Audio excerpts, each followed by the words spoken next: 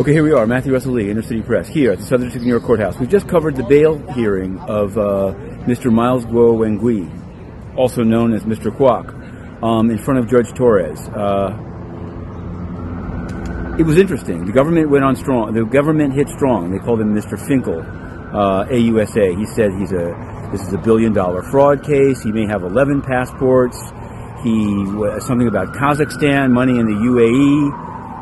They brought up the Eng Lap Seng case, which we also covered. This was actually, ironically, a CCP briber of the United Nations called Eng Lap Seng from Macau. He bribed the United Nations. Nothing ever happened. The same people that took bribes are still in charge there. But he was released on bail with armed guards, and the guards actually ate with Mr. Eng. Anyway, so he thought that was a good argument to say that Mr. Guo should not be released with armed guards. But interestingly enough, the judge started asking a lot about the passports. It turned out a major argument made by Mr. Guo's lawyer was that he renounced his UAE citizenship, that the Vanuatu passport has expired. All he has is a Hong Kong passport, and of course he wouldn't want to go there. So Judge Torres asked about the UAE passport. Guo's lawyer had a copy of a letter that he sent to the UAE renouncing his citizenship, but she said it's discertified. Said he wasn't able to get it fast enough, but he was relying on the word of Mr. Guo's immigration counsel.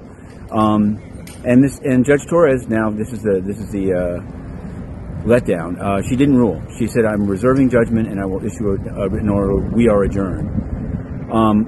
Having been in the courtroom, I would say that it went better than I thought it would go for Mr. Guo. I thought it would be kind of a slam dunk. Although there's another issue here. How the government, how the prosecutors, just to compare, they are the ones who favor release on bail of Sam Bankman-Fried.